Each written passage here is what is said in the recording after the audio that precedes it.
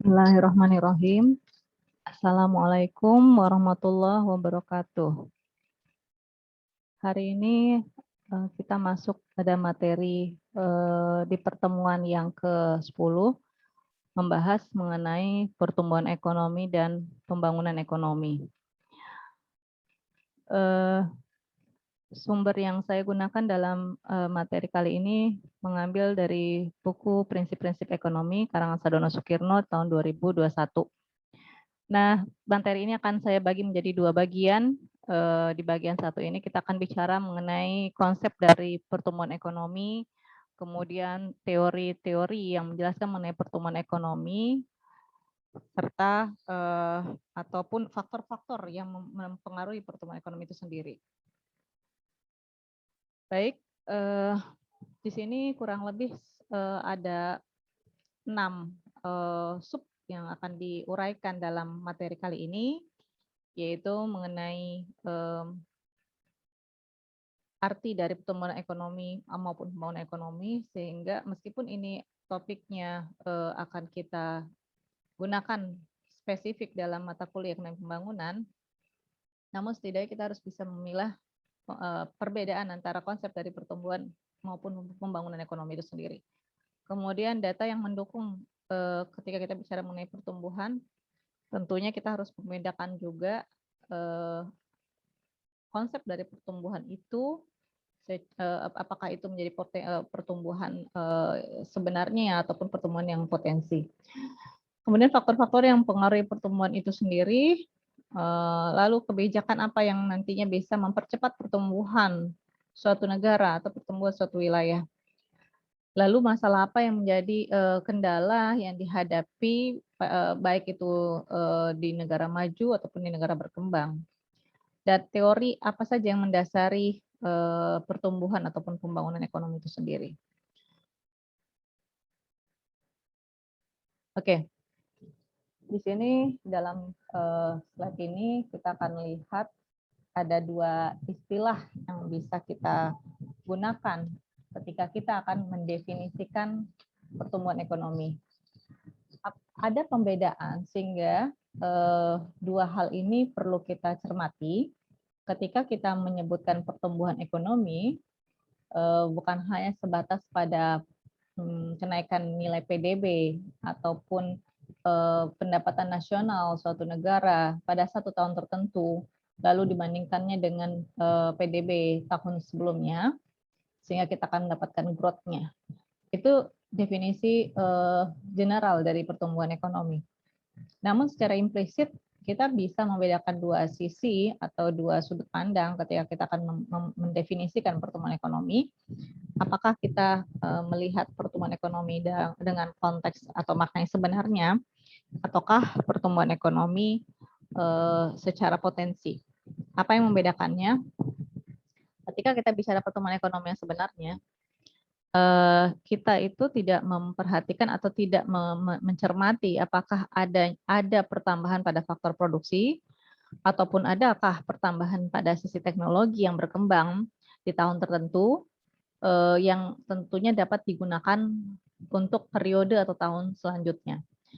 Jadi di sini dalam pertumbuhan ekonomi sebenarnya kita tidak mengamati secara jelas atau tidak mengamati secara spesifik apakah ada faktor produksi yang bertambah, dalam hal ini juga teknologi yang atau kita sebut sebagai adakah teknological progress di dalam suatu masa tertentu yang bisa meningkatkan atau mempengaruhi ataupun digunakan di tahun berikutnya.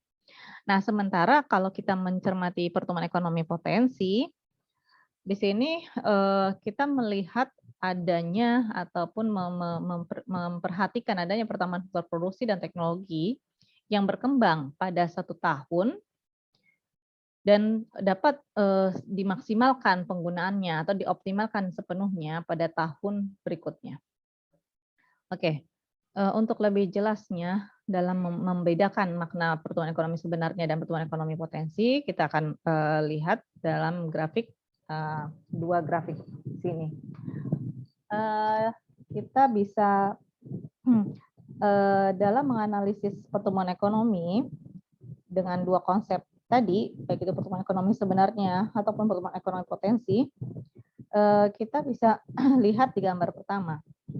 Gambar pertama yang ini kita menggunakan analisis kemungkinan produksi atau kurva kemungkinan produksi.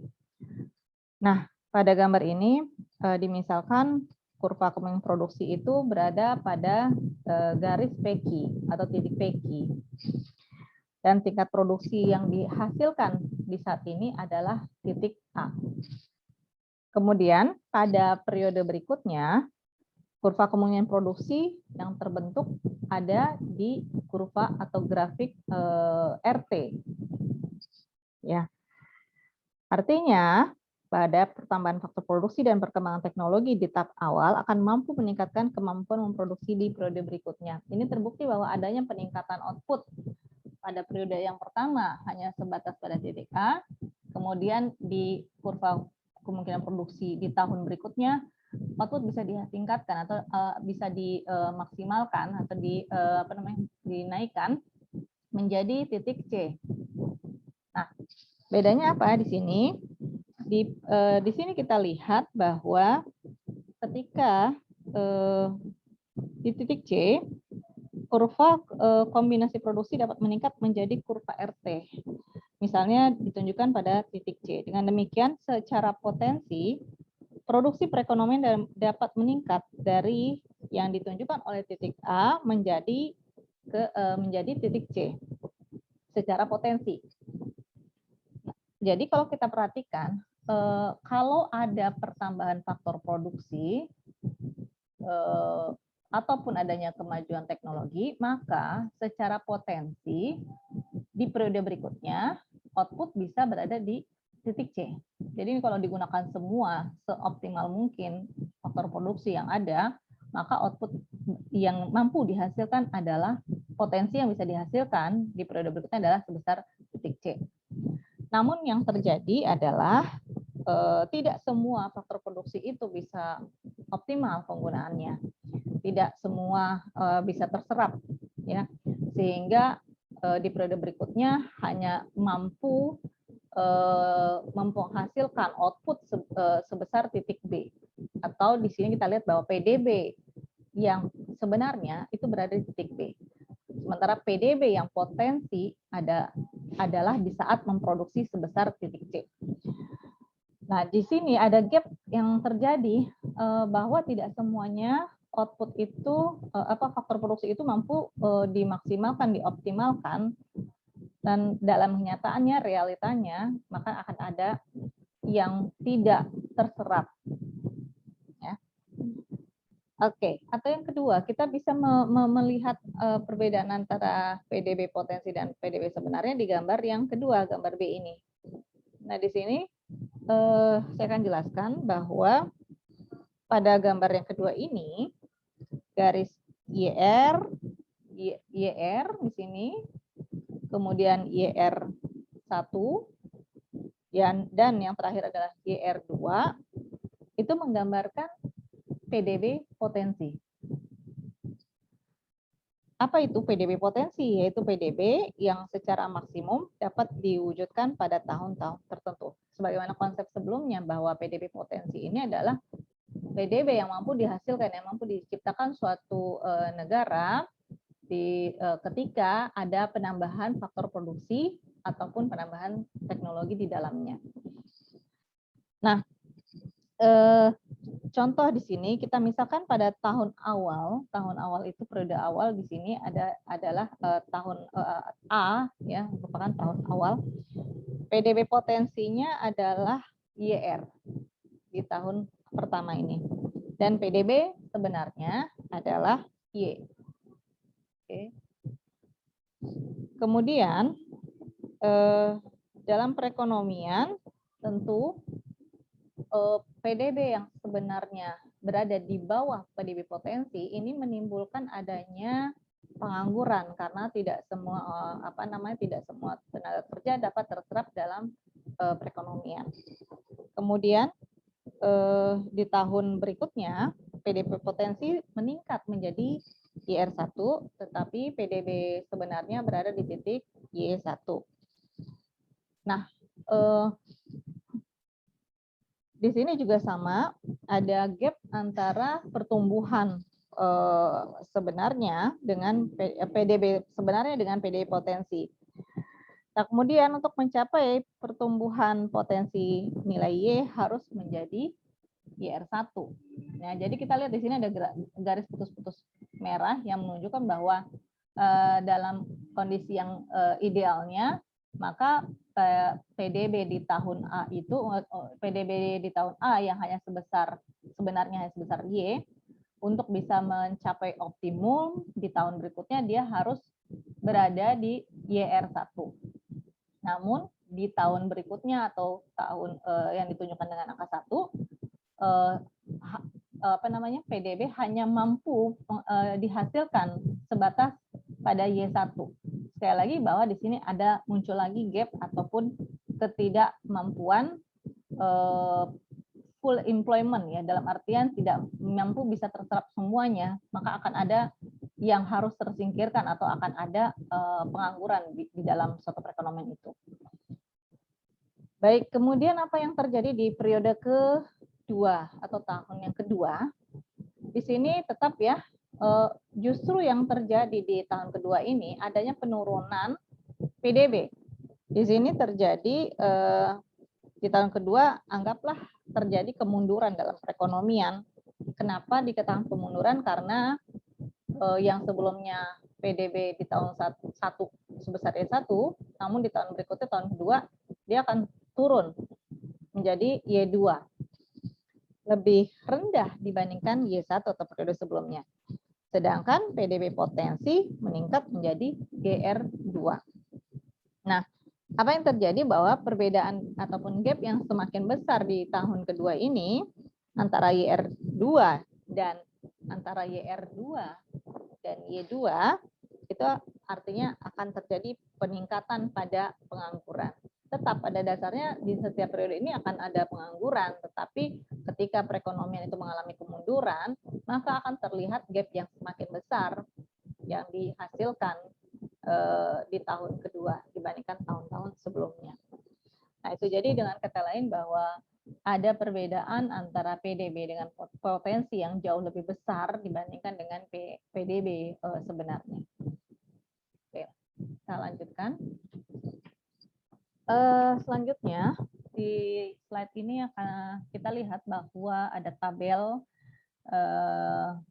yang diambil dari World Development Indicator tahun 2019.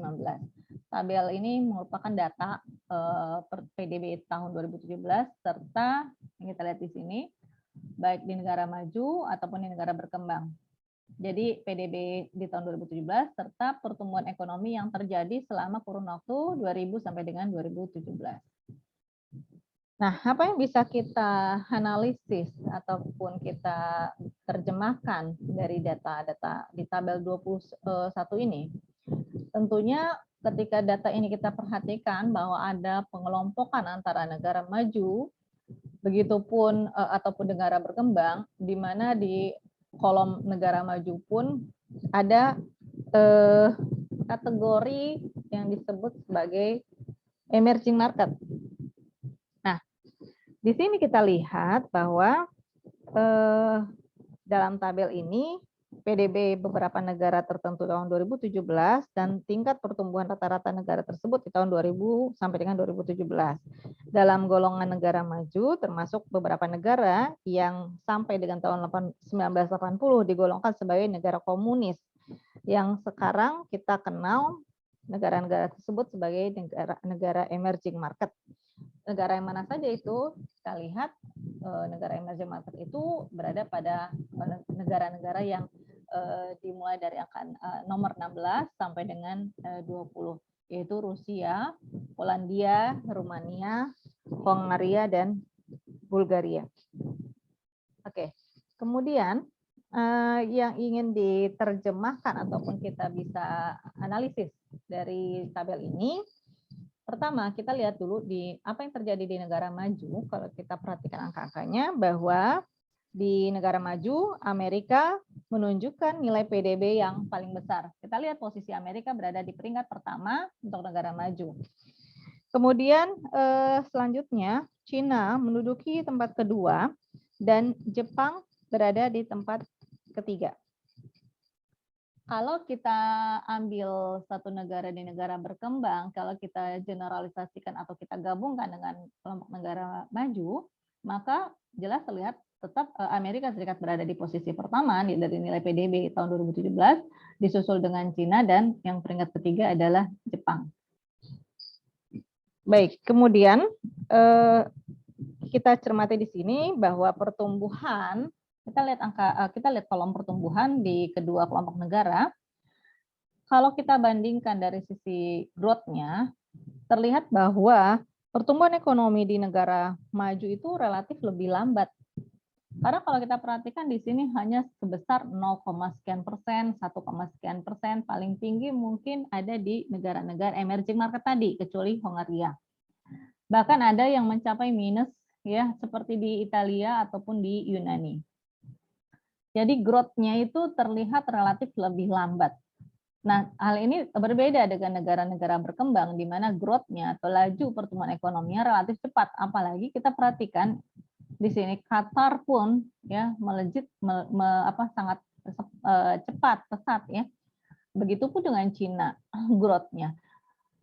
Nah, jadi kalau kita lihat bahwa pertumbuhan ekonomi di negara maju itu sangat lambat, pada umumnya hanya mencapai 1%. Kemudian Spanyol dan Yunani pertumbuhan ekonominya kita lihat negatif. Bahkan negara-negara bekas komunis pertumbuhannya lebih cepat dari negara maju umumnya, ya, kecuali tadi yang saya katakan yaitu Hongaria. Nah, lalu pertumbuhan yang paling cepat di awal abad ke-21 ini yaitu terjadi di Qatar, ya. Kita lihat 11,05%. Dan Cina rata-rata 9%. Sehingga dengan kata lain, secara keseluruhan kebanyakan negara-negara berkembang yang ada di tabel 21 ini mencapai pertumbuhan lebih cepat dibandingkan negara maju. Ya. Inilah yang bisa kita perhatikan bahwa ada kalau kita melihat data pertumbuhan, kecenderungannya negara-negara maju itu sudah mungkin sudah mencapai titik optimum ya, steady growth-nya ya. Sementara negara-negara berkembang itu masih memulai ataupun bisa dikatakan melejit dengan sangat cepat. Oke, kemudian next ya. Selanjutnya kita akan bicara mengenai faktor penentu dari pertumbuhan ekonomi. Sebenarnya kalau dikatakan apa saja sih faktor yang mempengaruhi atau yang menentukan soal pertumbuhan ekonomi suatu negara ataupun suatu wilayah, itu tidak jauh dengan faktor-faktor produksi yang kita gunakan. Jadi dengan kata lain, kalau kita bicara mengenai faktor penentu pertumbuhan itu, kita akan mengacu kepada penggunaan faktor-faktor produksi yang tersedia dalam perekonomian. Nah, inilah yang nantinya akan membentuk nilai PDB. Jadi faktor produksi baik itu tanah, kemudian tenaga kerja, modal, teknologi, ataupun entrepreneurship, kurang lebih ini 5 faktor produksi ini yang kita gunakan dalam membentuk nilai PDB. Dan ketika nilai PDB itu meningkat, nah itulah yang menandakan adanya pertumbuhan ekonomi. Mungkin kalau masalah faktor produksi land ya atau tanah, ini dikatakan sebagai fix ya. Bisa dikatakan tidak mudah untuk kita tambah, tidak mudah untuk kita kurangi ataupun kita tambah karena dia bersifat relatif tetap atau fix. Yang kemungkinan ataupun yang sering digunakan dalam begitupun dalam fungsi produksi Cobb-Douglas yang diasumsikan hanya ada 2 faktor produksi di dalamnya, yaitu tenaga kerja ataupun labor dan kapital ataupun modal. Nah, meskipun kita tidak bisa pungkiri bahwa tanah itu juga suatu faktor produksi yang amat sangat penting, karena dalam pengertian tanah sebagai faktor produksi, tanah itu konsep tanah ini bisa meliputi tanah itu sendiri, kawasan hutan, air, sungai, danau, dan lautan yang terdapat di permukaan bumi. Dan tentunya tanah merupakan tempat untuk menjalankan kegiatan ekonomi. baik itu kita kenal sebagai sektor primer yang lebih kepada sektor agraris ataupun maritim ya, perikanan, peternakan ataupun pertanian, yang pastilah memerlukan tanah sebagai tempat ataupun tempat untuk menjalankan kegiatan ekonomi, dan tanah juga sebagai penyedia kekayaan alam. Nah, kemudian yang kedua yaitu tenaga kerja. Ini kalau kita bicara tenaga kerja, kita juga perlu melihat bukan hanya dari sisi orangnya saja ya, ataupun bukan hanya dilihat dari sisi jumlah kuantiti pekerjanya saja, tapi juga tentunya harus lebih jauh, kita harus melihat juga bagaimana kualitas dari tenaga kerja itu sendiri. Makanya dalam perkembangan selanjutnya, teori-teori selanjutnya bukan hanya melihat labor dalam arti fisik ya, jumlah pekerja ataupun jumlah jam kerjanya, tetapi pada perkembangan selanjutnya konsep tenaga kerja ini juga lebih melihat kepada skill-nya, lebih kepada modal manusianya, human capital-nya. Nah, selanjutnya kita masuk kepada faktor produksi yang ketiga, yaitu modal. Oke, untuk modal dalam pemikiran mungkin lebih kepada klasik ya, yang mengedepankan modal itu sebatas pada finansial ataupun modal secara fisik.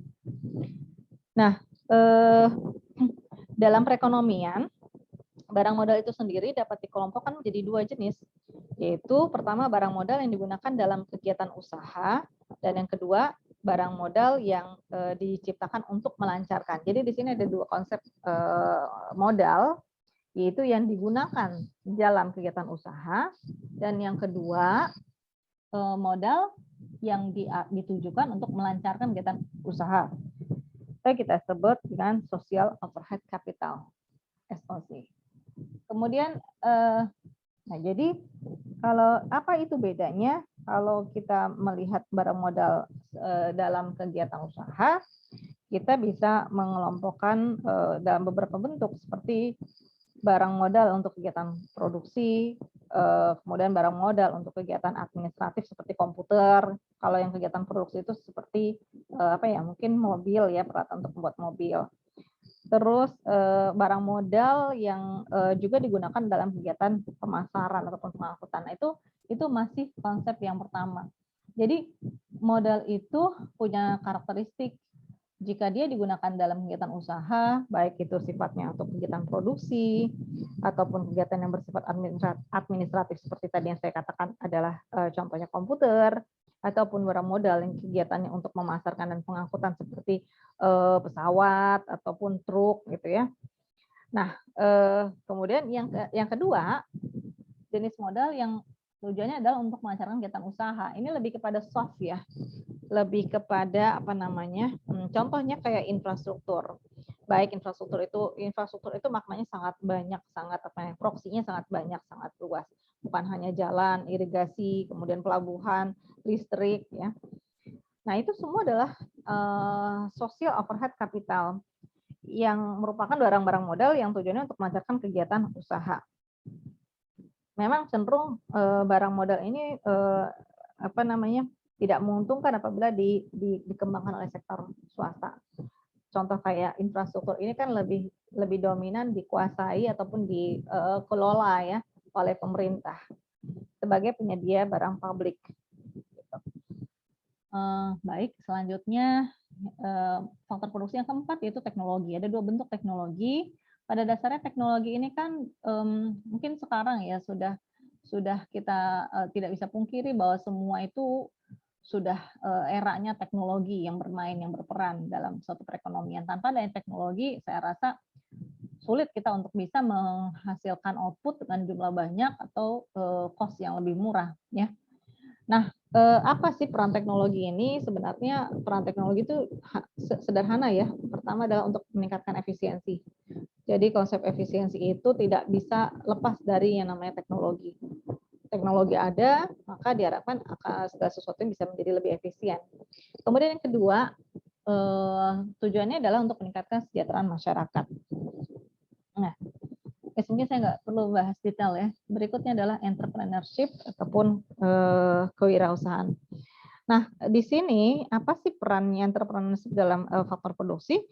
Sebagai entrepreneur tentunya dia akan berpikir atau apa ya, harus berpikir jauh lebih cepat, lebih ke depan gitu.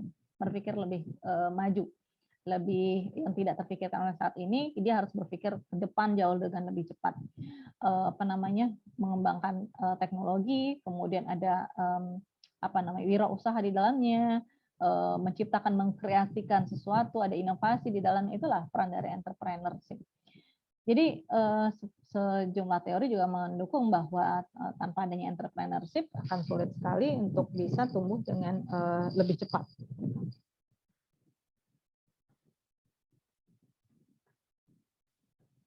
Nah, lanjut kepada teori-teori apa saja yang bisa menjelaskan mengenai pertumbuhan ekonomi. Mungkin kalau ini yang sering ya, yang berkali-kali disampaikan, kurang lebih kita kenal ada teori klasik, kemudian teori Schumpeter, kemudian Harold Domar, eranya neoklasik ya, ataupun yang terakhir adalah endogenous. Nah, saya singkat saja menjelaskan masing-masing sesuai dengan apa namanya sudut pandangnya ataupun mengambil intisari dari pemikiran ataupun teori-teori tersebut. Yang pertama dari klasik. Klasik ini sebenarnya banyak tokohnya ataupun pemikir-pemikir di era klasik. Mungkin yang dominan adalah seperti Ricardo ataupun Malthus, atau yang paling apa namanya paling familiar di kita adalah ya Adam Smith. Itu adalah pemikir dari klasik. Kurang lebih sebenarnya setiap pemikiran tokoh-tokoh itu punya ciri ataupun punya apa namanya kata kunci sendiri ya, dalam menganalisis ataupun mengedepankan faktor apa yang dia sampaikan yang mempengaruhi pertumbuhan suatu negara. Nah, secara general aja dalam pemikiran klasik ini dia masih mengedepankan ya prospek pertumbuhan itu yang bertumbuh di sektor pertanian. Jadi pertumbuhan suatu negara itu dapat tumbuh baik ketika didukung oleh sektor pertanian yang baik juga. Nah, di sini berlaku dalam teori Ricardo ada hukum namanya hukum the law of diminishing return. Di sini hukum the law of diminishing return itu kan hasil lebih yang semakin menurun. Kemudian dalam pemikiran klasik juga mengedepankan pentingnya penduduk ya. Jadi kalau menurut pemikiran klasik pertambahan penduduk itu akan mampu meningkatkan penggunaan tanah. Atau kalau kita bicara mengenai dari sisi tanah, maka akan semakin banyak tanah, maka akan semakin tinggi sewa yang dapat diberikan. Nah, jelas ketika sewa itu akan semakin tinggi, maka apa namanya sumbangsih untuk pendapatan nasional suatu wilayah itu akan menjadi semakin tinggi juga. Nah, kemudian apa namanya sudut pandang lainnya ataupun konsep pemikiran dalam klasik ini pun juga mementingkan bahwa di dalam jangka panjang itu perekonomian akan mencapai yang namanya stationary state, yaitu keadaan tidak berkembang. Artinya apa? Bahwa pada pendapatan rata-rata yang sangat rendah, ya, yaitu tingkat subsisten. Jadi di sini hanya tuan tanah sajalah yang dianggap dapat merasakan atau menikmati hasil pertumbuhan ekonomi, karena pendapatan sewa yang mereka peroleh itu sangat meningkat. Jadi seperti yang disampaikan sebelumnya, ketika tanah itu akan semakin banyak tersedia, ya penduduk itu semakin banyak, maka penyediaan tanah ataupun lahan itu akan semakin besar, sehingga sewa yang diberikannya pun juga akan semakin tinggi. Itu konsepnya. Nah, kemudian pemikiran teori yang kedua ya tadi yang saya katakan adalah Schumpeter. Pemikiran dari Schumpeter ini simple ya, bahwa Schumpeter itu melihat adanya inovasi. Jadi yang pentingnya dalam teori Schumpeter itu yang menggerakkan ataupun yang menjadi faktor pendorong pertumbuhan suatu wilayah itu adalah adanya inovasi di dalamnya. Tanpa adanya inovasi maka akan sulit sekali perekonomian itu akan tumbuh dengan lebih cepat. Nah, inovasi itu apa? Inovasi itu bisa kita lihat dari sisi adanya barang-barang baru, menciptakan sesuatu barang yang baru yang belum ada sebelumnya. Ataupun melihat dari sisi kualitasnya yang ditingkatkan. Kemudian adanya bukan hanya sebatas konteksnya komoditinya saja, tetapi juga marketnya. Jadi inovasi juga melihat dari sudut bagaimana mengembangkan pasarnya, pemasaran seperti apa, bagaimana memperbaiki cara berproduksinya, bagaimana mengorganisasikan dengan lebih baik, dengan lebih efisien. Nah itu. Jadi yang ditekankan oleh Scrum Peter adalah harus ada inovasi di situ. Nah inovasi itu tadi yang nggak jauh-jauh dari adanya entrepreneur tadi. Nah kemudian yang berikutnya adalah teori dari Harold Domar. Oke. Harold Domar melihat dari sisi permintaan. Jadi teori Harold Domar ini yang dipentingkan di sini adalah satu, dalam jangka panjang perekonomian itu bisa tercapai jika ada investasinya, ada peningkatan pada investasinya. Bukan hanya investasi, tetapi juga agregat expenditure, baik itu belanja negara, belanja pemerintah, investasi, kemudian ada pertambahan ekspor neto ya, yang semakin tahun semakin meningkat perkembangannya. Jadi kalau agregat expenditure itu meningkat, maka perekonomian itu dapat tumbuh dengan lebih cepat. Itu pemikiran dari Harold Domar. Nah, selanjutnya adalah neoklasik. Nah, salah satu tokoh yang dominan di sini adalah Solow tahun 56. Solow, maaf ini salah ya. Saya koreksi sedikit untuk neoklasik dari Solow. Solow ini yang dilihat lebih kepada tingkat teknologi ya. Jadi dalam perkembangan tingkat teknologi kapital, jadi fungsi produksi dari teori Solow itu melihat dari adanya barang modal atau kapital, kemudian jumlah tenaga kerja, dan satu lagi adalah teknologi. Nah, mungkin untuk neoklasik technological progress ya yang paling dominan dari inti dari pemikiran klasik ini. Oke, ini catatan sedikit bahwa ini salah, ada kekeliruan dalam penjelasannya ya, karena saya masih mengambil dari yang Harold Domar. Oke, yang berikutnya adalah endogenous ya. Teori endogenous ini dikemukakan oleh Romer. Inti dari endogenous itu adanya technological atau adanya technical change. Di sini nggak jauh-jauh juga dari teknologi yang berperan dalam satu perekonomian. Jadi fungsi produksi itu bukan lagi capital labor saja, tapi juga ada A itu adalah teknologi.